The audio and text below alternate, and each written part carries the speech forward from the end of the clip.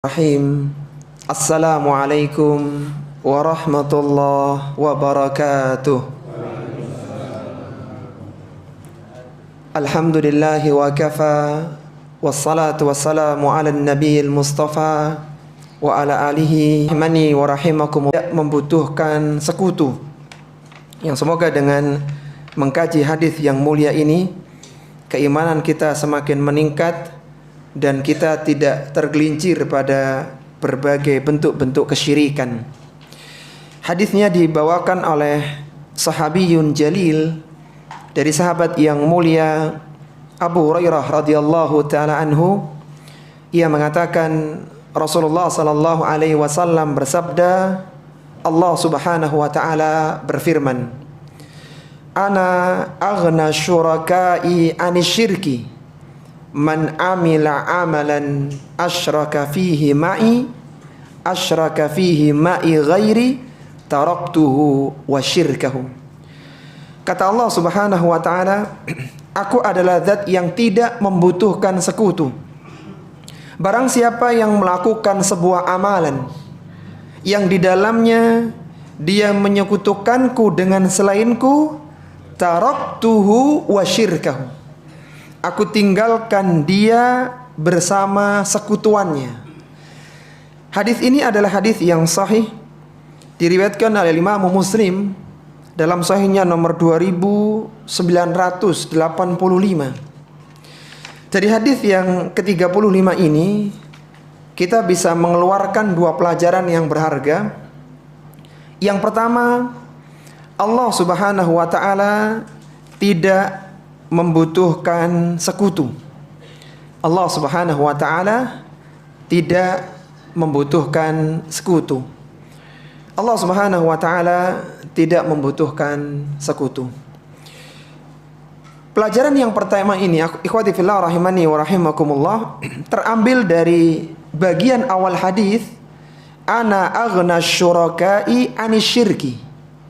Aku adalah zat yang tidak membutuhkan sekutu, kata Allah. Allah Subhanahu wa taala menciptakan para makhluk, menciptakan alam semesta tanpa bantuan siapapun.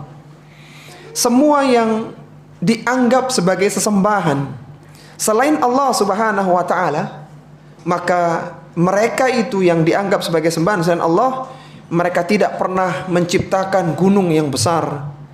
Mereka tidak pernah mengalirkan sungai. Mereka tidak pernah mengembangbiakan binatang-binatang. Mereka tidak pernah menumbuhkan pepohonan. Mereka tidak pernah punya andil dalam membangun langit yang besar. Apa kata Allah Subhanahu wa taala ketika Allah menyadarkan orang-orang yang menjadikan sesembahan lain selain Allah Subhanahu wa taala?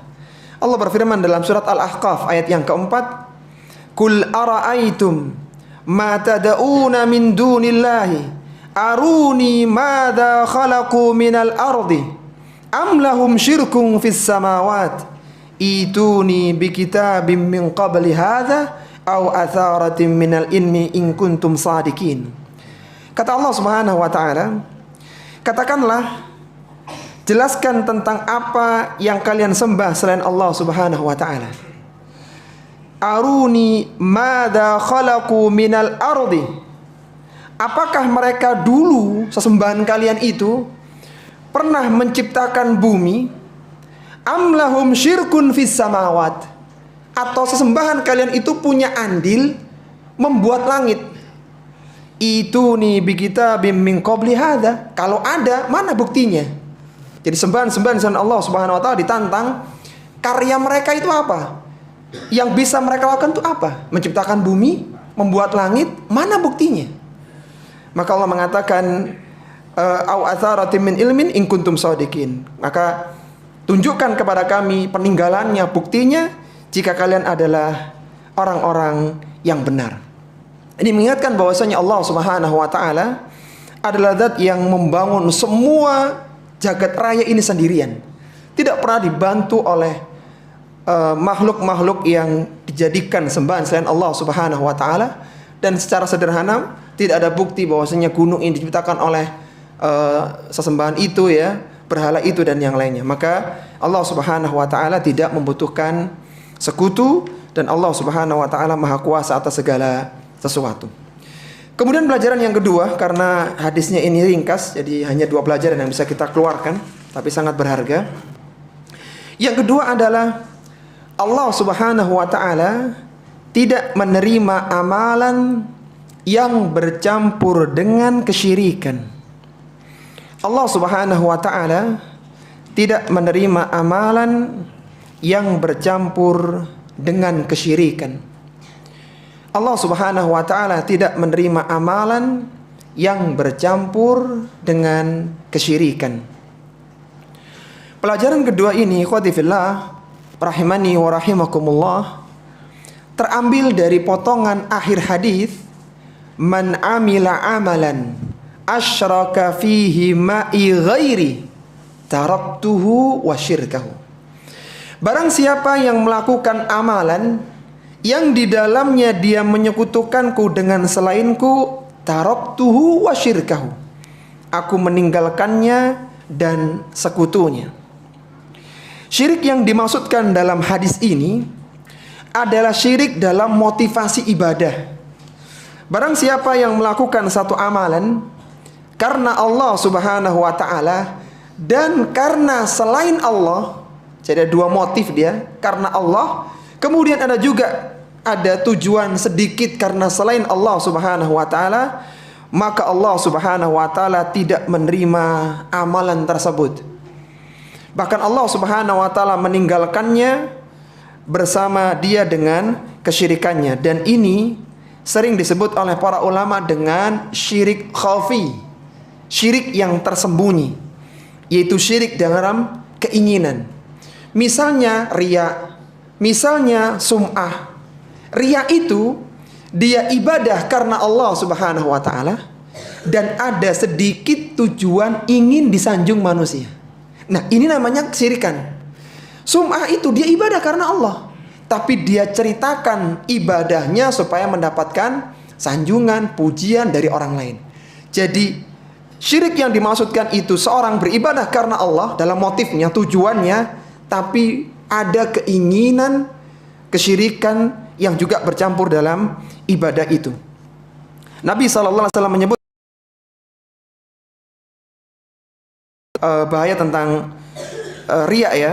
Kata Nabi SAW, ala ukhbirukum bima huwa akhfaf wa akhwafu alaikum minal masihi indi, tentang sesuatu yang lebih aku takutkan menimpa kalian daripada kedatangan Al-Masih Dajjal.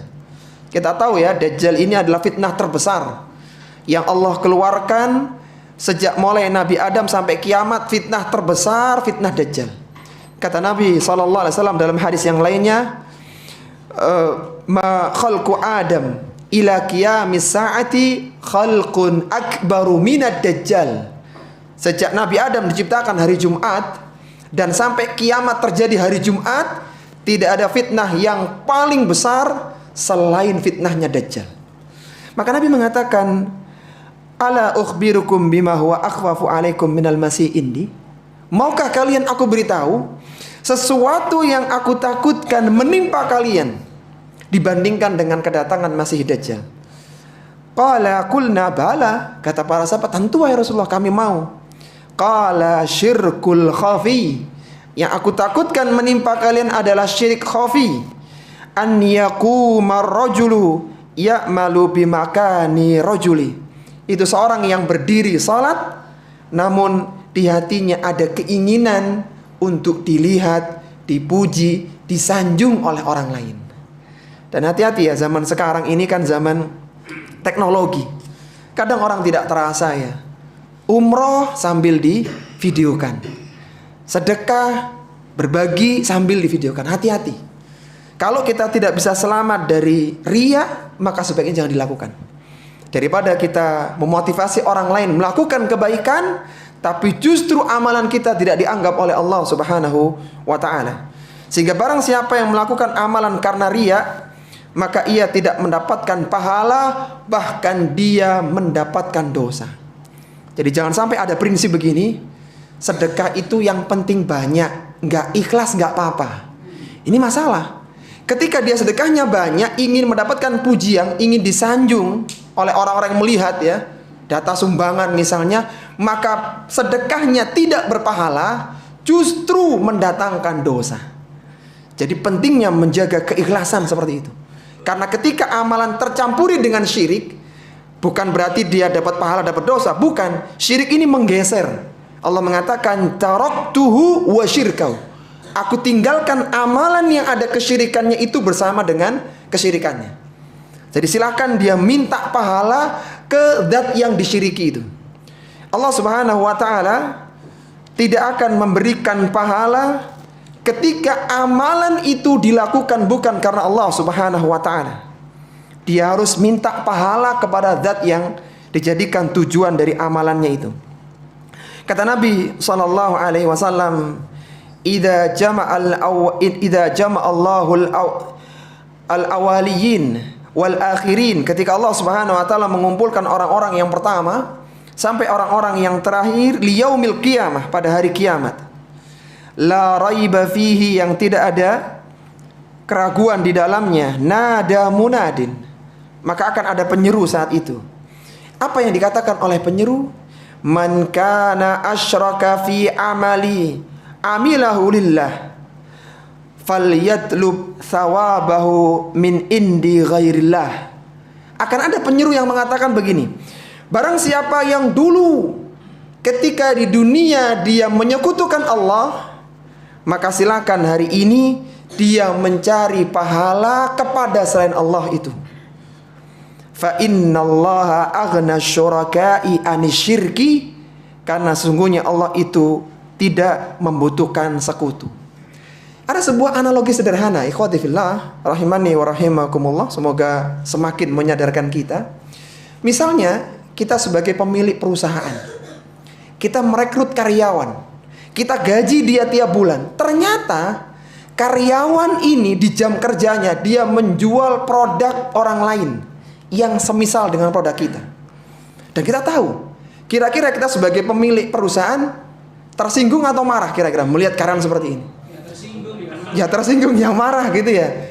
Kita gaji, disuruh jualan, malah jual produk orang di jam kerja kita lagi. Itu contoh sederhana orang yang melakukan kesyirikan. Dia diberikan fasilitas oleh Allah, kesehatan, kenikmatan, justru yang disembah itu orang lain, zat lain. Maka kalau begitu silakan dia minta pahala dari sesembahan selain Allah Subhanahu wa taala. Jadi ketika kita beribadah karena Allah, kita mendapatkan pahala dari Allah.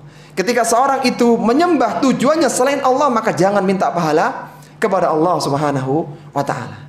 Sehingga kembali lagi kita ingatkan, jangan sampai amalan itu tercampuri dengan kesyirikan meskipun kecil. Dan salah satu bentuk kesyirikan kecil adalah riya. Jadi pastikan kita beribadah selamat dari riya. Karena kalau sudah kena riya ya, amalan itu tidak berpahala. Justru amalan itu berdosa. Orang beribadah tidak mendapatkan pahala, justru mendapatkan dosa. Padahal niatnya dia ditunjukkan pahala supaya banyak orang beramal seperti dia. Orang lain dapat pahala, dia justru mendapatkan dosa. Karena dia melakukan kesyirikan kepada Allah Subhanahu wa ta'ala.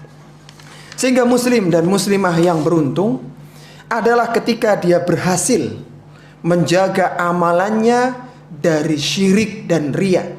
Kata Al-Fudail bin Iyad sebagai penutup di hadis yang ke-35 ini, beliau mengatakan, al-amalu la yuqbalu hatta yakuna khalisan sawaban.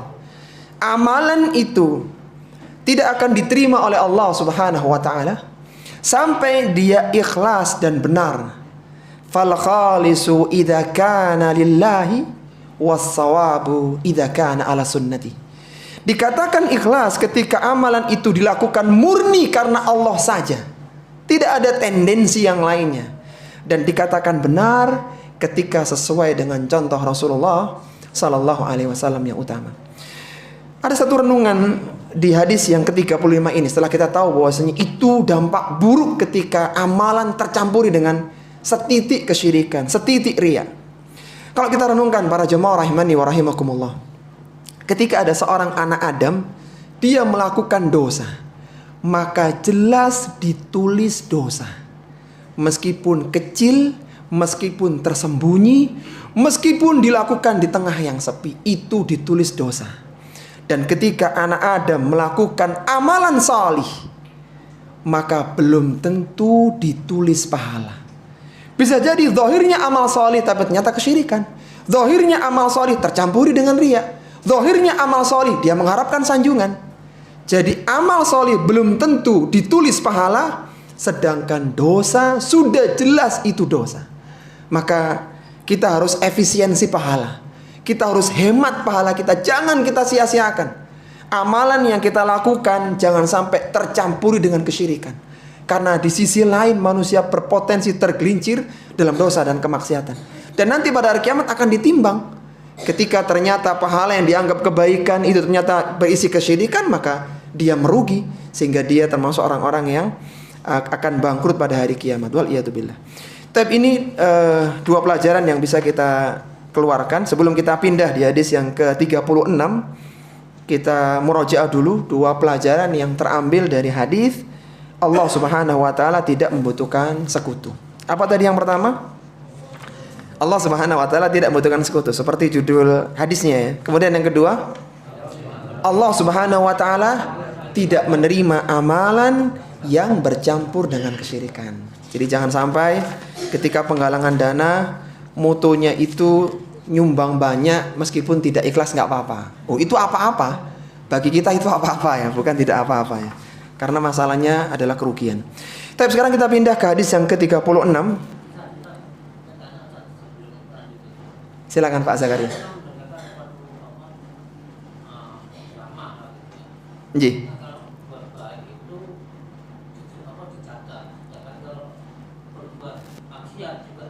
Dicatat.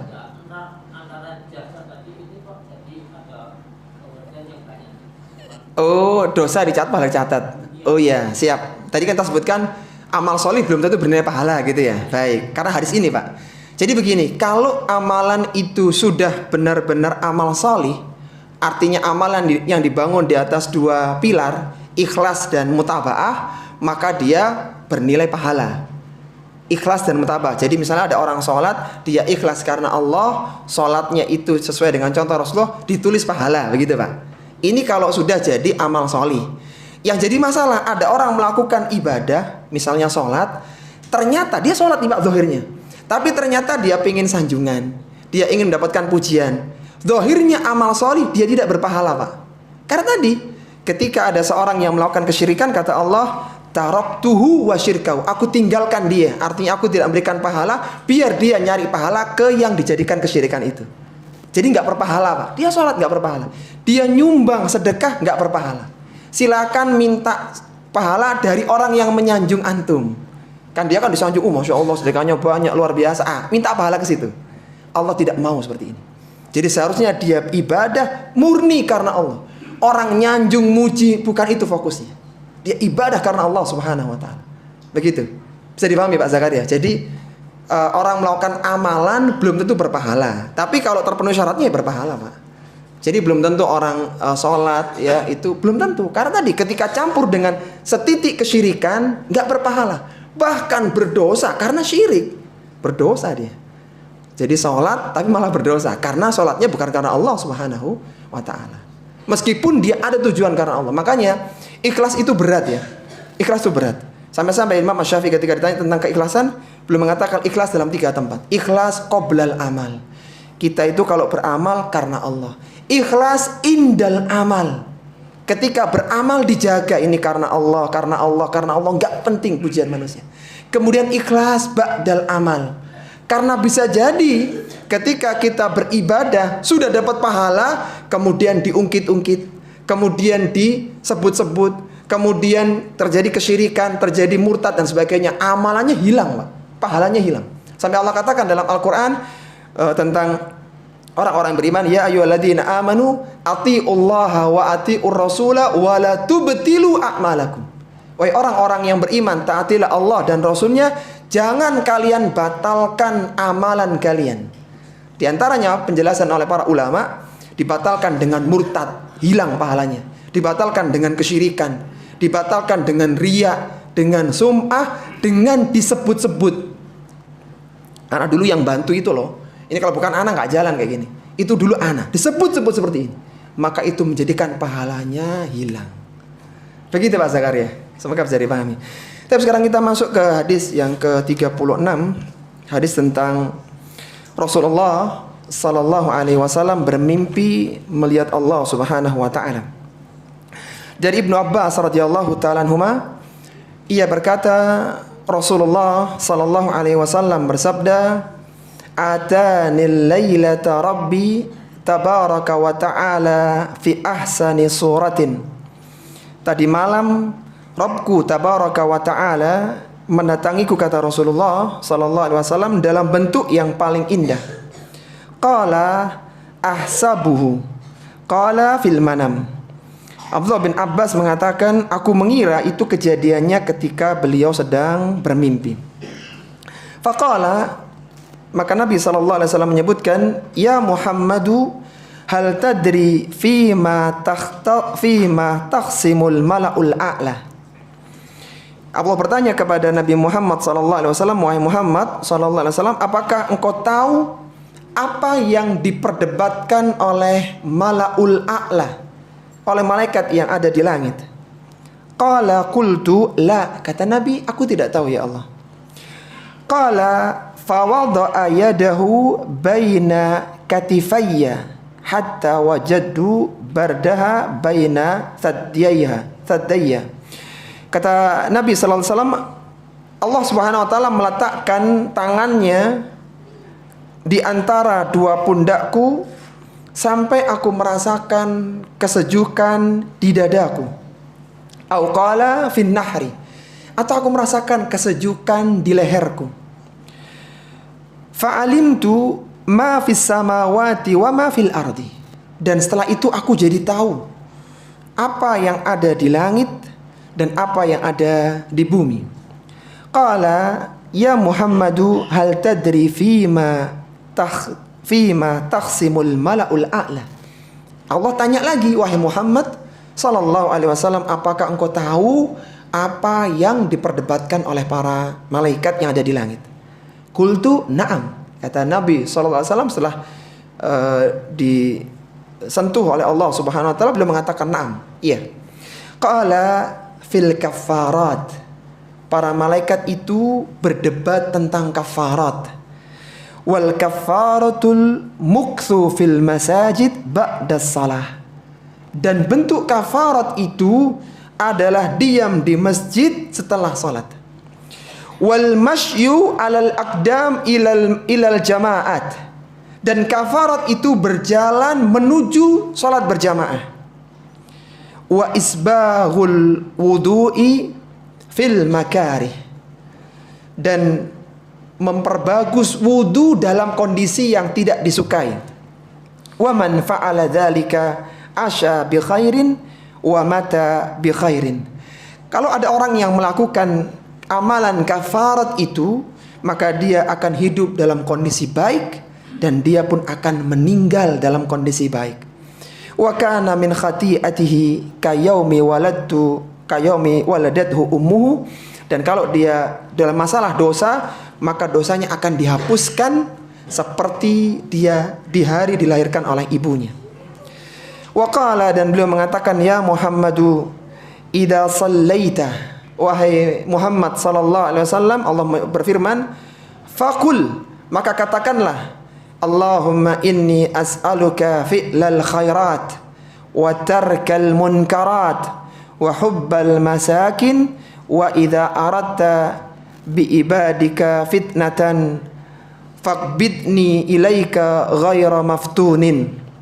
Itu Allah Subhanahu wa taala mengajarkan doa, ya Allah, aku mohon kepadamu kemudahan untuk melakukan kebaikan, meninggalkan kemungkaran, mencintai orang-orang miskin. Dan kalaulah engkau akan menimpakan fitnah kepada hambamu, faqbidni ilaika ghaira maftunin, maka wafatkanlah aku dalam kondisi tidak terfitnah. Qala wad darajat, kemudian yang kedua tentang darajat, ifsa'us salam wa it'amut ta'am wasalu bil laili wan nasu niyam. Sedangkan ad darajat adalah engkau menyebarkan salam, engkau memberikan makan, dan engkau sholat ketika manusia sedang tidur terlelap ya. Hadis ini adalah hadis yang diriwayatkan oleh Imam At-Tirmidzi dalam sunannya nomor 3233. Hadis ini disahihkan oleh Syekh Al-Albani rahimahullahu taala dalam Sahihul Jami'-nya nomor 59. Dari hadis yang mulia ini, para jamaah rahimani wa rahimakumullah, kita bisa mengeluarkan 9 faedah. Jadi banyak sekali faedah yang bisa kita keluarkan dari Rasulullah sallallahu alaihi wasallam bermimpi melihat Allah Subhanahu wa taala. Faedah yang pertama, Rasulullah sallallahu alaihi wasallam dapat melihat Allah Subhanahu wa taala dalam mimpi. Rasulullah sallallahu alaihi wasallam dapat melihat Allah Subhanahu wa taala dalam mimpi. Rasulullah sallallahu alaihi wasallam dapat melihat Allah Subhanahu wa taala dalam mimpi. Pelajaran yang pertama ini, ikhwati fillah rahimani wa rahimakumullah, terambil dari bagian awal hadis, atani lailata rabbi tabaraka wa ta'ala fi ahsani suratin qala ahsabuhu qala fil manam. Kata Nabi sallallahu alaihi wasallam, tadi malam Rabbku, yaitu Rabb tabaraka wa ta'ala, mendatangiku dalam bentuk yang paling indah. Kata Abdullah bin Abbas, aku mengira kejadian itu adalah ketika Nabi SAW sedang bermimpi, sedang tidur. Ahlus sunnati wal jamaah ijma' ya, bersepakat bahwa seorang mukmin tidak bisa melihat Allah Subhanahu wa ta'ala dengan mata kepalanya ketika dia masih hidup di dunia. Ini ijma' Ahlus sunnati wal jamaah. Sebagaimana sabda Nabi sallallahu alaihi wasallam, ta'allamu annahu lan yara ahadun minkum rabbahu azza wa jalla hatta tamuta. Kata Nabi sallallahu alaihi wasallam dalam hadis Muslim, ketahuilah bahwa seorang di antara kalian, lan yara ahadun minkum rabbahu, tidak akan ada seorang pun yang bisa melihat Rabbnya azza wa jalla hatta tamuta, sampai dia meninggal dunia. Dan ini keyakinan Ahlus sunnati wal jamaah. Sehingga tidak ada makhluk siapapun dia dari kalangan manusia yang bisa melihat Allah ketika dia masih hidup. Baik itu di kalangan para nabi, para wali, apalagi manusia biasa. Tidak ada yang bisa melihat Allah dengan mata kepala ketika masih hidup di dunia. Ahlus sunnah pun meyakini bahwasanya Allah Subhanahu wa ta'ala bisa dilihat dalam mimpi, dan ini hak dan mungkin terjadi.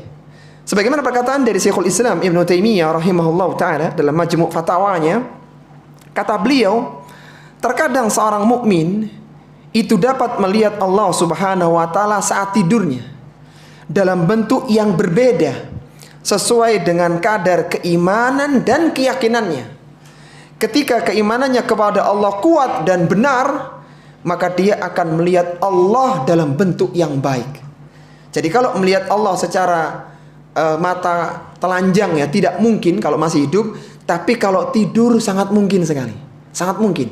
Apalagi di kalangan para nabi dan rasul. Namun, dan ini yang banyak dijelaskan oleh para ulama-ulama syurah, yang dilihat dalam mimpi itu bukan hakikat Allah Subhanahu wa ta'ala yang sebenarnya. Karena tidak ada yang serupa dengan Allah Subhanahu wa ta'ala. Allah Subhanahu wa ta'ala berfirman, laisa kamitslihi syai'un wa huwas samiul basir. Tidak ada sesuatu pun yang serupa dengannya, dan dia maha mendengar lagi maha melihat. Sampai-sampai Syekhul Islam ya, kalau kita teruskan tadi perkataannya, tergantung kadar keimanan seorang. Kadar keimanan dan keimanan seorang.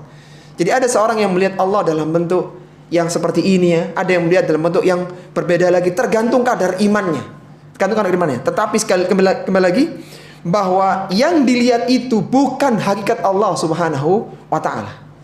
Dan ketika itu menyuruh untuk merubah syariat, maka itu bukan Allah Subhanahu wa ta'ala. Sebagaimana Syekh Abdul Qadir Al-Jailani rahimahullah ta'ala, beliau sempat didatangi oleh syaitan yang mengaku sebagai Allah Subhanahu wa ta'ala.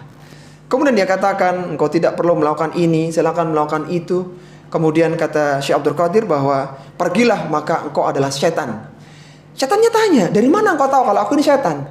Kata dia, tidak mungkin Allah mengharamkan sesuatu yang Allah halalkan dalam kitabnya. Tidak mungkin Allah menghalalkan sesuatu yang Allah haramkan, dan seterusnya. Jadi tidak mungkin ada perubahan syariat. Kata syaitan, itu aku telah menggelincirkan sekian banyak orang dengan cara seperti ini. Jadi ketika seorang melihat Allah Subhanahu wa taala dalam mimpi, maka itu mungkin meskipun bukan hakikat Allah yang sebenarnya. Disebutkan oleh para ulama, sebagian yang dilihat dalam mimpinya itu ada perintah untuk ini dan untuk itu. Jadi bukan pada zat yang sebenarnya. Wallahu taala a'lam. Kemudian pelajaran yang kedua, Allah Subhanahu wa taala memberikan ilmu kepada Rasulullah sallallahu alaihi wasallam. Allah Subhanahu wa taala memberikan ilmu sallallahu alaihi wasallam. Allah Subhanahu wa taala memberikan ilmu kepada Rasulullah sallallahu alaihi wasallam. Pelajaran yang kedua ini terambil dari potongan hadis, faqala ya Muhammadu hal tadri fima yahtasimul mala'ul a'la. Wahai Muhammad sallallahu alaihi wasallam, apakah engkau tahu apa yang diperselisihkan oleh mala'ul a'la? Qala qultu la, qala fa wada'a yadahu baina katifayya hatta wajadtu bardaha baina satyayya. Au qala fi nahri fa'alimtu ma fi samawati wa ma fil ardi.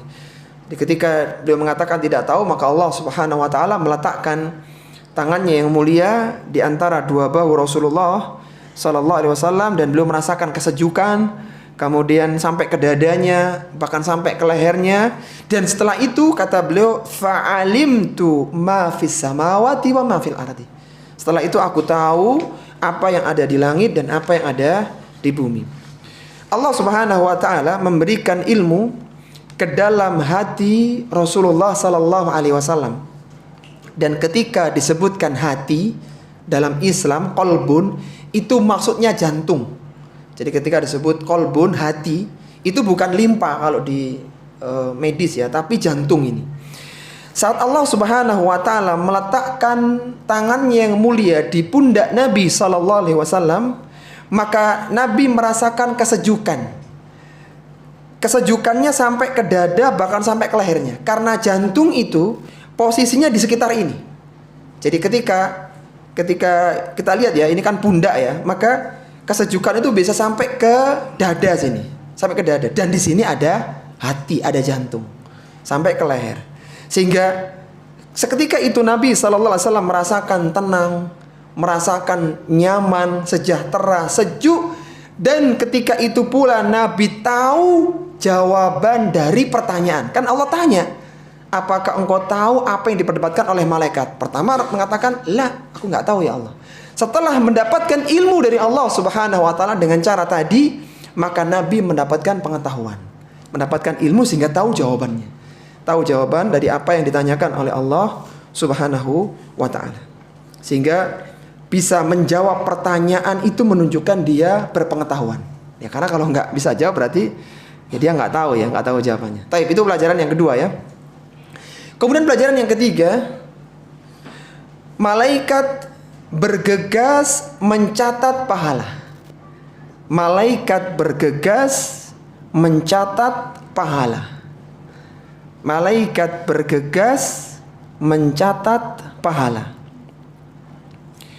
Pelajaran yang ketiga ini, ikhwati fillah, rahimani wa rahimakumullah, terambil dari potongan hadis, ya Muhammad, hal tadri fima takhtasimu fima yakhtasimul mala'ul a'la.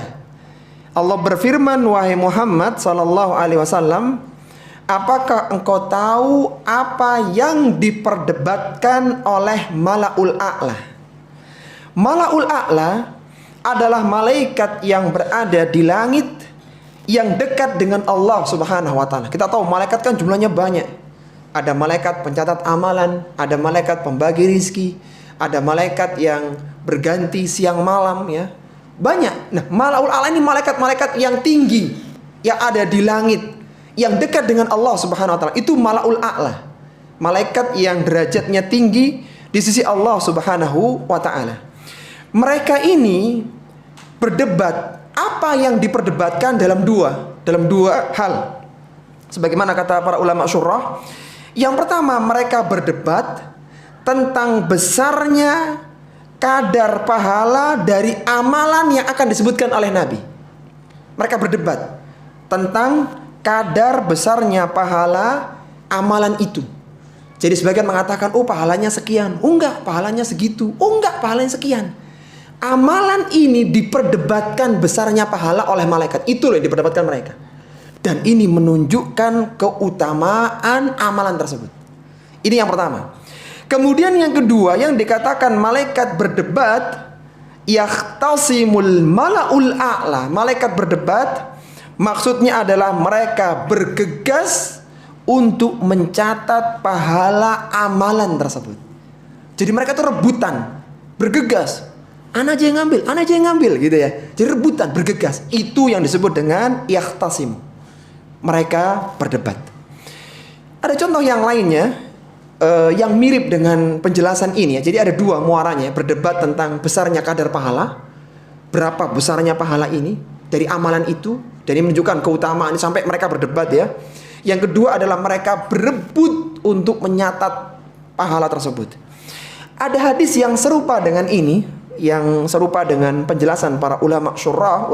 Dari Anas bin Malik radhiyallahu taala anhu, dia mengatakan anna rajulan jaa fadakhala saffah. Jadi ada seorang laki-laki yang datang masuk ke dalam shaf salat, kata Anas bin Malik. Waqad hafzahun nafasahu. Kemudian dia bersin gitu ya. Sederhananya dia bersin. Faqala, maka ketika dia sholat dan bersin itu, dia mengatakan begini, Alhamdulillahi hamdan katsiran tayyiban mubarakan fi. Coba kita baca bareng-bareng. Alhamdulillahi hamdan katsiran tayyiban mubarakan fi. Ini salah satu variasi ucapan hamdalah ketika bersin. Salah satu variasi. Jadi enggak cuma alhamdulillah atau alhamdulillah ala kulli hal, tapi ada lagi alhamdulillahi hamdan katsiran tayyiban mubarakan fi. Begitu. Dia sholat, ketika sholat dia mengucapkan ucapan tersebut. Falamma qada Rasulullah sallallahu alaihi wasallam salatahu. Ketika Rasulullah sallallahu alaihi wasallam telah selesai dari sholatnya, qala, maka beliau bertanya, ayyukumul mutakallimuna bil kalimat. Siapa tadi yang sholat kok bicara? Fa'arammal qaumu, maka kaum itu ketakutan. Berarti kita salah nih kalau mengucapkan gini. Maka nggak ada yang ngaku. Faqala, maka Nabi mengatakan lagi, ayyukumul mutakallimu biha fa innahu lam yakul ba'san. Ayo ngaku, siapa tadi yang sholatnya mengucapkan sebuah ucapan? Udah, jangan takut, nggak apa-apa. Kata Nabi, nggak apa-apa. Fal yakul ba'san, nggak apa-apa, jangan takut. Faqala rajulu, maka orang ini ngaku. Kata dia, jitu waqad hafazani an-nafasahu. Aku datang wahai Rasulullah, kemudian ketika sholat aku bersin. Maka aku mengatakannya, faqultuha. Aku mengatakan tadi, alhamdulillahi hamdan katsiran tayyiban barakan fi. Apa kata Nabi sallallahu alaihi wasallam? Laqad ra'aitu ithnai asyara malakan yabtadarunaha ayyuhum yarfa'uha. Kata Nabi sallallahu alaihi wasallam, sungguh aku melihat 12 orang malaikat, mereka semua yabtadaruna, memperebutkan tulisan atau pahala amalan itu, ayyuhum yarfa'uha. Siapakah yang akan mengangkat pahalanya kepada Allah Subhanahu wa taala.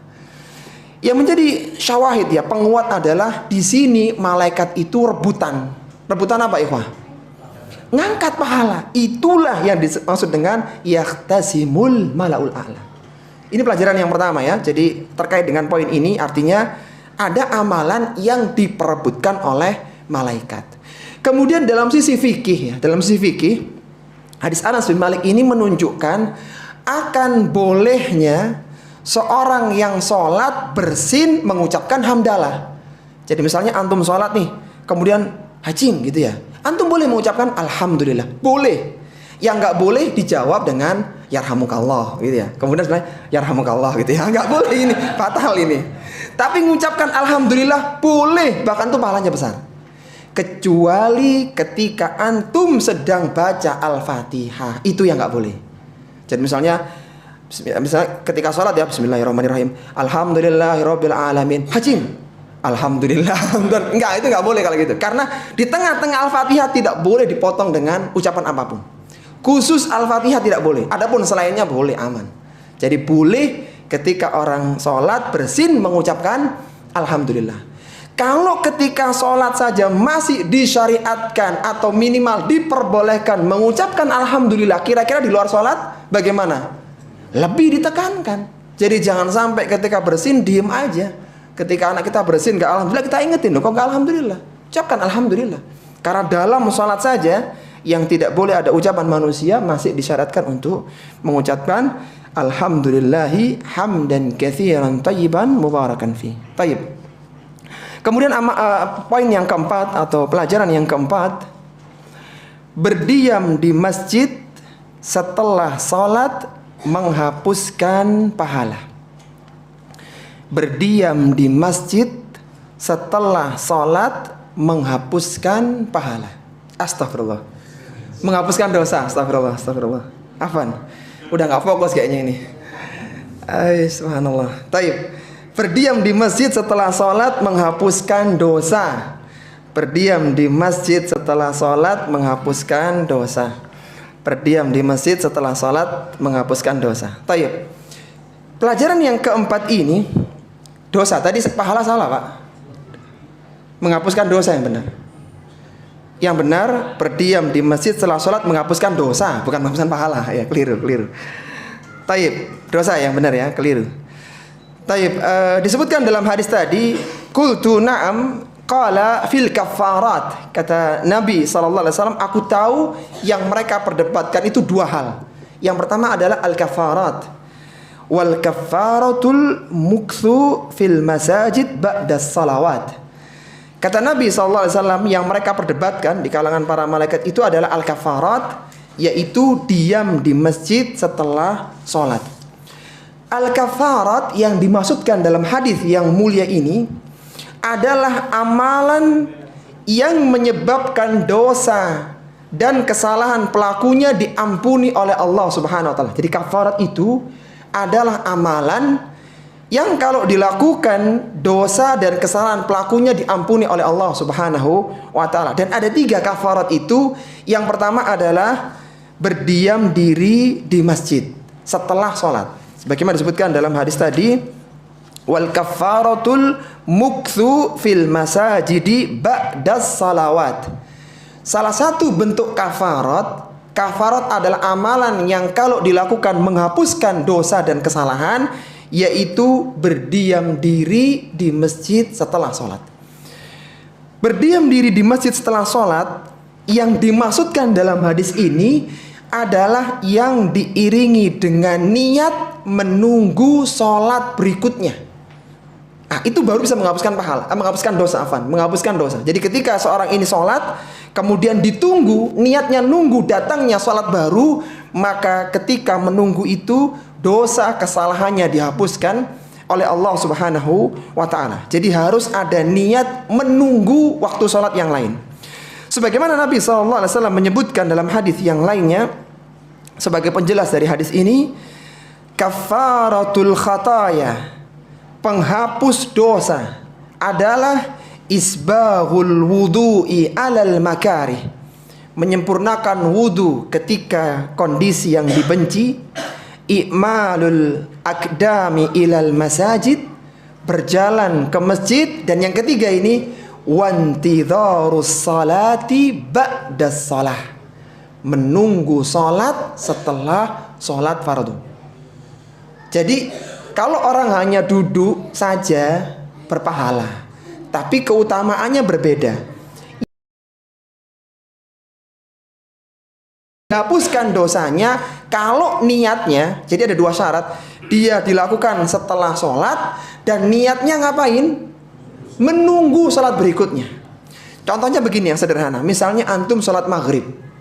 Sholat maghrib berjamaah.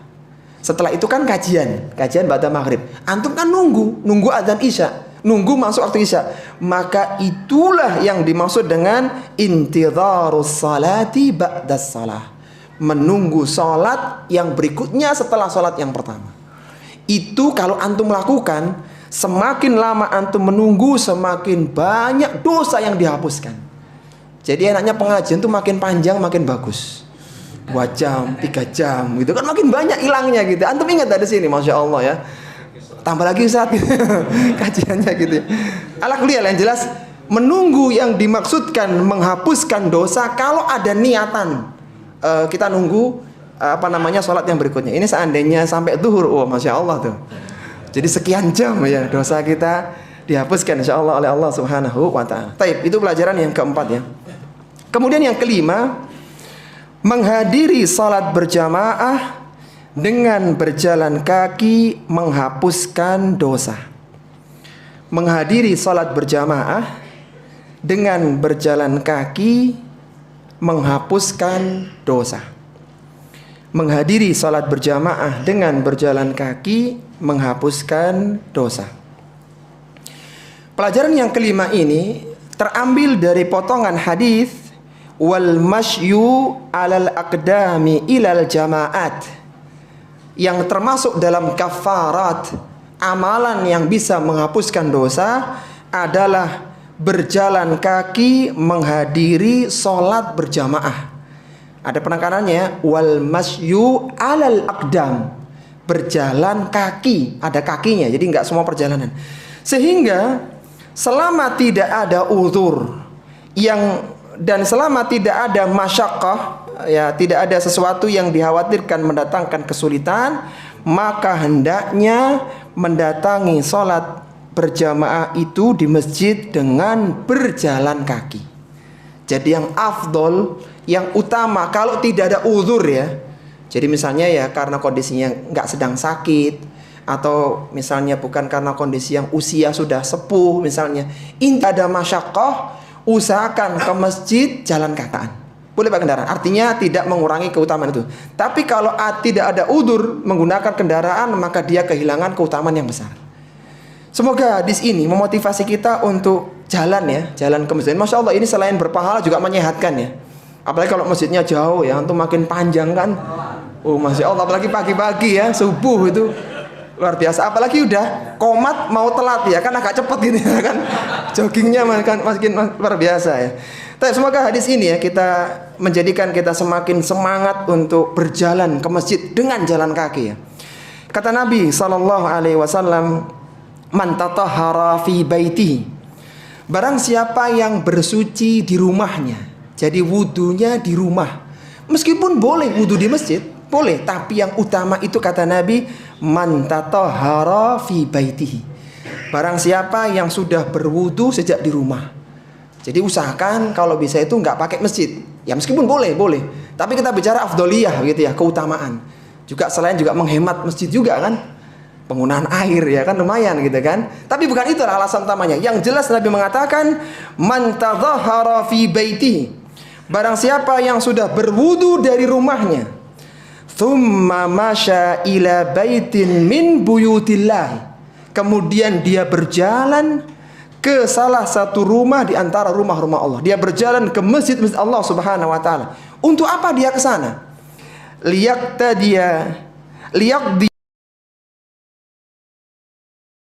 Tujuannya ke sana itu bukan untuk dagang, untuk ketemu teman, bukan, untuk menunaikan kefarduan dari fardu-fardu yang Allah tetapkan. Dia ingin melakukan sholat fardu, sholat subuh, sholat zuhur, sholat maghrib, sholat isya, sholat asar. Dia ingin melakukan itu ke sana. Maka kata Nabi, kanat khatwatahu ihdahuma tahuddu khati'atan wal ukhra tarfa'u darajatan. Maka satu langkahnya itu akan menghapuskan dosa-dosanya, dan langkah yang lainnya mengangkat derajatnya. Sebagian ulama ya menyebutkan kalau melangkah ke masjid itu jangan panjang-panjang. Jadi dikit-dikit gitu ya. Supaya kan makin banyak langkah gitu. Meskipun dibantah oleh ulama yang lain bahwa tidak ada dalil seperti itu ya. Jadi maksudnya itu kalau langkahnya semakin panjang, maksudnya jaraknya semakin jauh ya semakin banyak gitu. Jadi nggak harus dibuat-buat gitu ya. Jadi satu gitu, nggak segitunya gitu. Jadi ala kulihal kami juga cenderung bahwa bukan itu maksud hadisnya, tapi semakin jaraknya semakin jauh ya semakin panjang langkahnya, semakin banyak dosa dihapuskan dan semakin ditinggikan derajat. Intinya bahwa usahakan kalau ke masjid berjalan kaki selama tidak ada uzur dan tidak ada masyaqqah. Masyaqqah itu kesulitan. Jadi misalnya karena kondisi nggak fit ya, nggak mampu jalan, itu beda lagi. Itu silahkan pakai kendaraan. Ya, dan itu masya Allah ya, masjid nggak perlu banyak menyediakan area parkir nanti, karena semuanya jalan kaki ya. Tapi ala kuliah yang jelas, semoga kita mendapatkan keutamaan yang besar ini. Baik, kemudian yang keenam adalah menyempurnakan wudu saat kondisi yang tidak disukai menghapuskan dosa. Menyempurnakan wudu saat kondisi yang tidak disukai menghapuskan dosa. Menyempurnakan wudu saat kondisi yang tidak disukai menghapuskan dosa. Disebutkan dalam hadis di atas tentang kafarat, amalan-amalan yang akan menghapuskan dosa, wa isbaghul wudu'i fil makarih, menyempurnakan wudu di saat yang tidak menyenangkan. Maksudnya adalah seorang itu memenuhi hak untuk setiap anggota wudu pada kondisi yang secara umum tidak disukai oleh manusia. Misalnya kondisi cuaca yang sangat dingin ya, pagi hari di puncak gunung misalnya, atau musim dingin yang luar biasa. Kan fitrahnya itu nggak enak kalau menggunakan air gitu ya. Maka saat itu, saat antum menyempurnakan hak wudu, jadi membasuh mukanya 3 kali, kemudian tangan 3 kali dan sempurna ya, benar-benar sempurna, maka itu akan menghapuskan dosa, Syekh Muhammad Ibnu Shalih Al-Utsaimin menyebutkan tidak harus dalam kondisi seperti itu menggunakan air dingin, tidak harus. Jadi misalnya begini, ketika kondisi di puncak, di gunung, di dekat puncak gunung lah intinya begitu, jangan sampai punya keyakinan itu airnya nggak usah direbus ya, nggak usah dipanasin supaya makin banyak dosa berguguran. Nggak begitu maksudnya. Tapi selama kondisinya ini memang membuat orang tidak nyaman untuk menggunakan air, maka memanaskan air tidak mengurangi afdoliyah dari amalan itu. Jadi jangan sampai punya keyakinan ke sana. Boleh kalau mau. Yang jelas kondisi-kondisi yang orang itu tidak nyaman menggunakan air dan kita wudu dengan sempurna, 3 kemudian juga semuanya terbasuh, maka itu akan menghapuskan dosa-dosa. Sebagaimana Nabi menyebutkan dalam hadisnya, man tawaddaa fa ahsanal wudu'a kharajat khatayahu min jasadihi hatta takhruja min tahti adfarihi. Barang siapa yang berwudu, fa ahsanal wudu'a, dengan wudu yang bagus. Wudu yang bagus yang seperti apa? Yang menunaikan hak anggota wudu. Ingat loh ya, maksimal 3 pembasuhan. Jadi jangan sampai kalau muka 3 kali bagus, 4 itu sempurna, 5 makin luar biasa. Enggak juga, malah salah ya. 3 itu udah maksimal gitu. Jadi jangan sampai ahsan itu diartikan dengan kuantitas yang banyak, tapi terbasuh dengan sempurna, jumlahnya 3 kecuali pengusapan kepala. Maka kata Nabi, kharajat khatayahu min jasadihi, maka dosa-dosanya akan keluar dari badannya hatta takhruja min tahti adfarihi, sampai dosa itu berguguran dari balik kukunya. Jadi seolah-olah itu kalau kita wudu kan selalu ada yang menetes ya.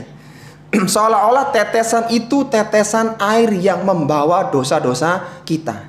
Jadi hanyut dosanya dengan tetesan air. Yang menjadi penekanan kita adalah berwudu yang sempurna, apalagi di saat-saat yang tidak disukai, menghapuskan dosa. Ulama syurah ya menjelaskan, dikiaskan hadis ini dengan kondisi yang semisal. Ini juga berlaku untuk bersuci yang lain, yang semisal dengan ini.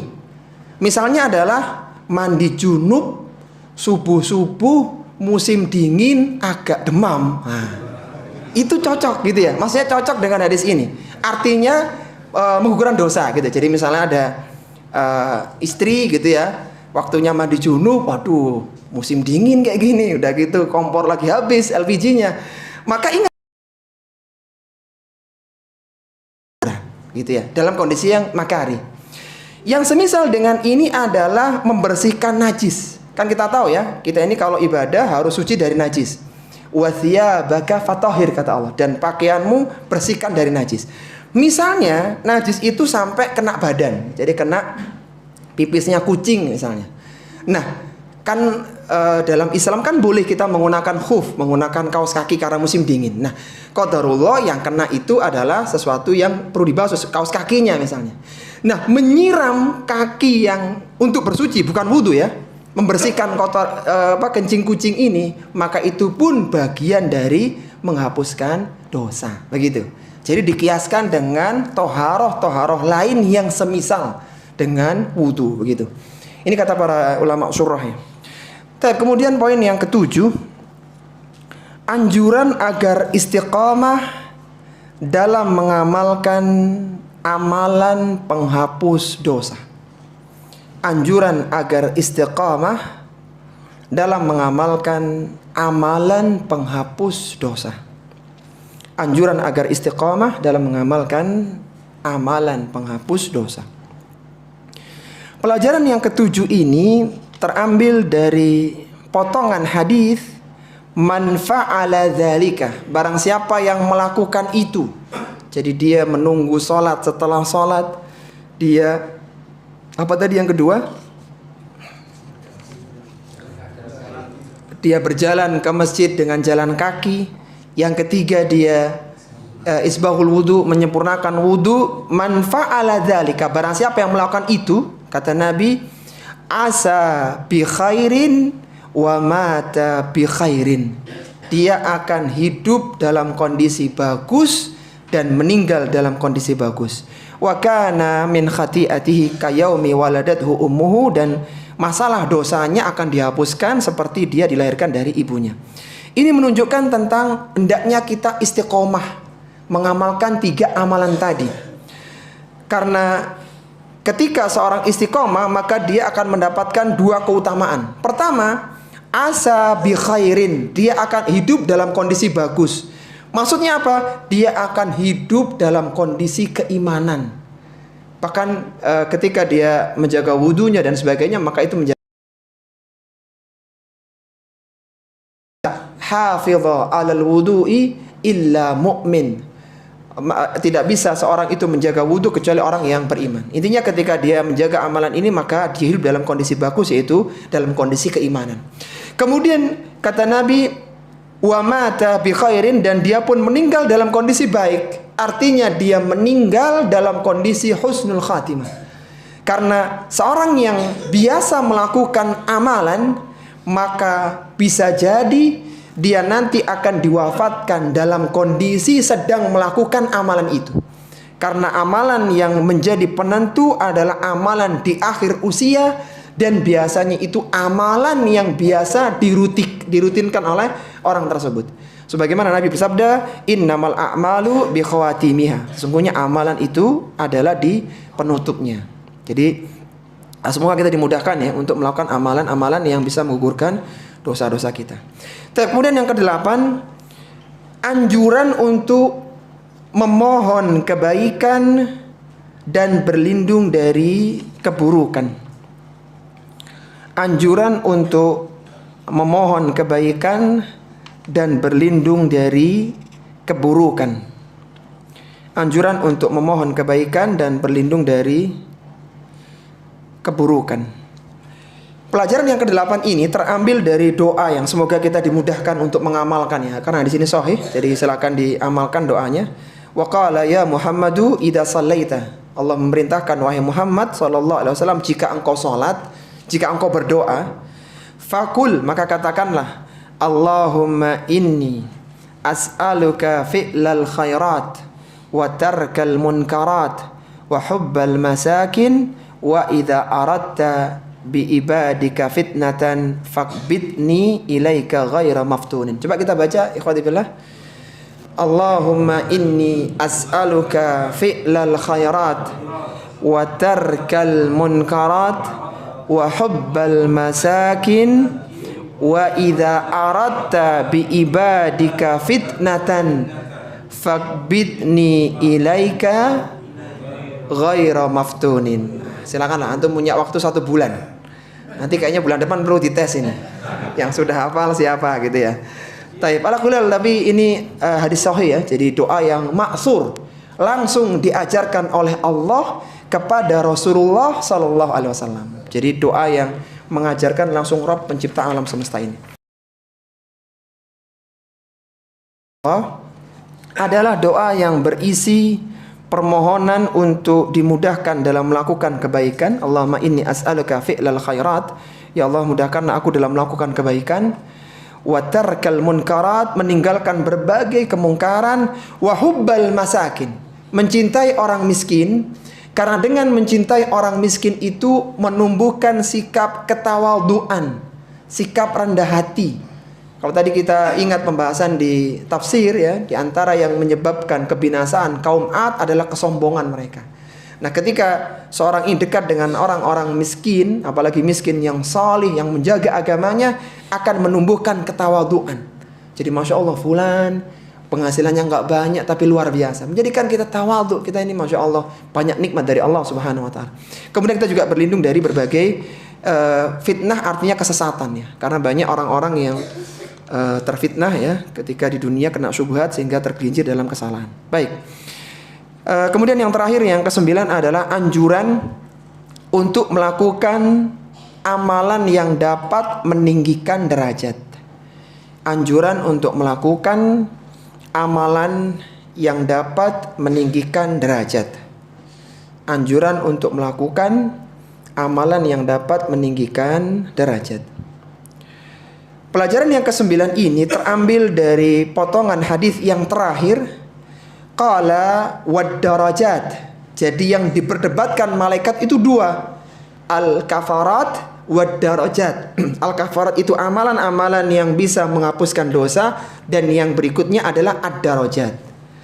Ad-darajat ini bentuknya adalah ifsa'us salam wa it'amut ta'am wa salatu bil laili wan nasu niyam. Ada 3 lagi, yaitu menyebarkan salam, memberi makan, dan melakukan salat di malam hari ketika manusia sedang tidur. Baik. Sebelum kita bahas ya, karena ini yang terakhir, kita coba murajaah dulu ya. 9 faidah, masya Allah. Ada 9 pelajaran yang bisa kita keluarkan dari hadis Rasulullah Sallallahu Alaihi Wasallam bermimpi melihat Allah ya. Apa tadi pelajaran pertamanya?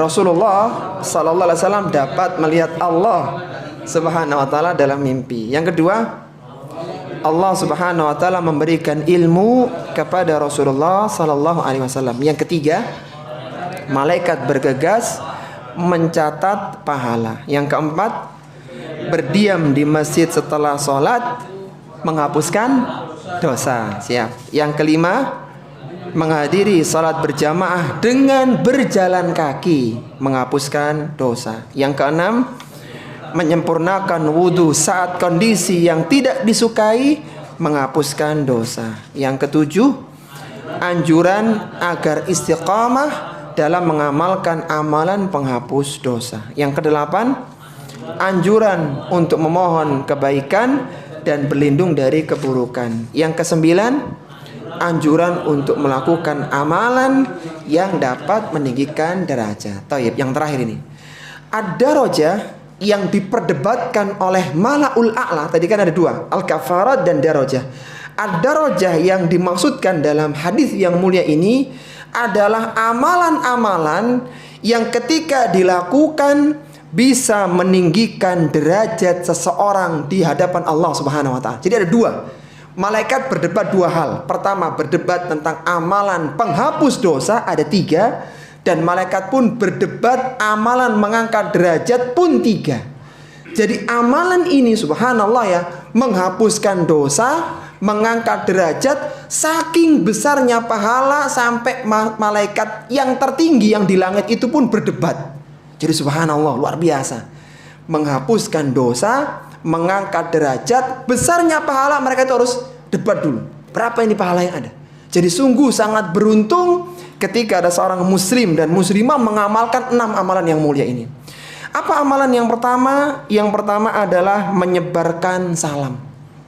Menyebarkan salam ini menjadikan seorang meningkat keimanannya, menjadikan seorang mencintai saudaranya, dan menumbuhkan kasih sayang di antara mereka. Kata Nabi SAW, la tadkhulunal jannata hatta tu'minu. Kalian tidak bisa masuk surga sampai kalian beriman. Wala tu'minu hatta tahabbu. Kalian tidak bisa beriman sampai kalian saling mencintai di antara kalian. Awala adullukum ala syai'in idza fa'altumuhu tahabbtum. Maukah kalian aku beri amalan yang kalau kalian mengamalkan amalan ini akan tumbuh kecintaan di antara kalian. Afsus salama bainakum, yaitu menyebarkan salam di antara kalian.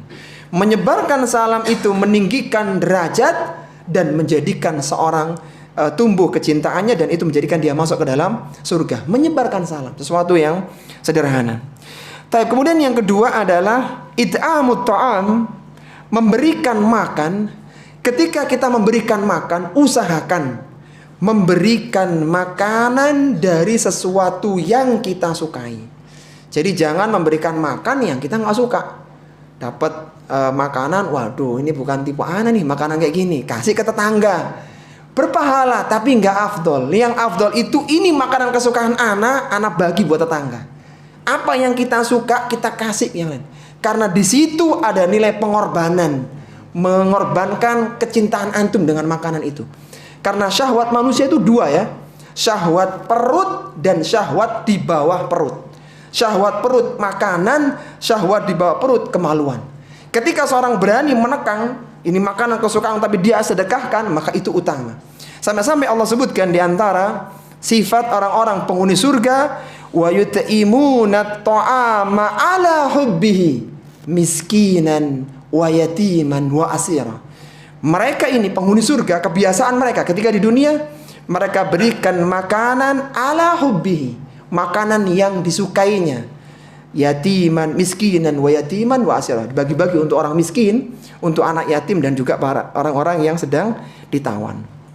Jadi kalau antum memberikan bekal makanan untuk anak, kan anak kita pasti punya makanan kesukaannya. Ketika pas makanan kesukaan, ingetin berbagi sama temannya. Karena fitrahnya anak ketika kesukaan malah disimpan sendiri, syukur-syukur temannya diambil jatahnya gitu. Jadi dilatih berbagi, karena nilai pengorbanannya di situ. Dan itulah yang akan menjadikan seorang terangkat derajatnya di hadapan Allah Subhanahu wa taala. Yang terakhir adalah melakukan salat malam ketika manusia tidur. Salat malam adalah seafdal salat sunnah. Kata Nabi sallallahu alaihi wasallam, afdalus salati ba'dal faridati salatul lail. Seutama-utama salat setelah salat fardu adalah salat malam. Kenapa utama? Karena salat fardu, salat malam itu ketika dilakukan menunjukkan keikhlasan. Kalau salat 5 waktu kan mungkin ya ada orang yang berangkat karena sungkan, karena nggak enak mungkin. Tapi kalau salat malam nggak ada, itu sunnah. Yang bisa melakukan hanya orang-orang yang benar-benar ikhlas karena Allah Subhanahu wa taala. Semoga Allah mudahkan kita untuk melakukan salat malam. Ada satu hadis sebagai penutup kajian kita. Kata Nabi sallallahu alaihi wasallam, "Inna fil jannati ghurafan yura zahiruha min batiniha wa batinuha min zahiriha." Di surga itu ada sebuah kamar, yang kamar ini transparan. Bahkan kamar itu dari mutiara yang sangat indah, yang panjangnya 60 mil. Luas, indah, transparan. Yang kelihatan bagian dalamnya terlihat dari bagian luarnya. Bagian luarnya terlihat dari bagian dalam. Jadi bening, jernih kamar. Tapi ini kamar ya, bukan rumah. Ini dalam istana besar. Jadi bukan rumah besar. Kalau rumah kan kelihatan yang di dalam. Nah, ini kamar khusus. Maka kamar itu nanti disebutkan dalam riwayatnya ada bidadarinya, ada dipan yang indah luar biasa. Tapi kamarnya aja transparan, indah seperti itu. Untuk siapa? A'addahallahu, Allah sediakan kamar transparan indah itu. Liman at'amat ta'ama wa afsas salama wa salla bil laili wan nasu niyam. Disediakan bagi orang yang biasa memberikan makan, yang biasa menyebarkan salam, dan biasa sholat malam ketika manusia tertidur. Jadi ketika kamar kita sempit ya, ukurannya 3x3 misalnya, kita ingat, oh nanti di surga ada kamar besar. Dan itu dapatkan tanpa cicilan, cukup melakukan sholat malam ya. Taib, mungkin ini para jamaah yang bisa kita bahas ya. Iya, kita buka diskusi ya. Wassallallahu ala nabiyina Muhammadin wa ala alihi wa sahbihi wa sallama tasliman katsiran.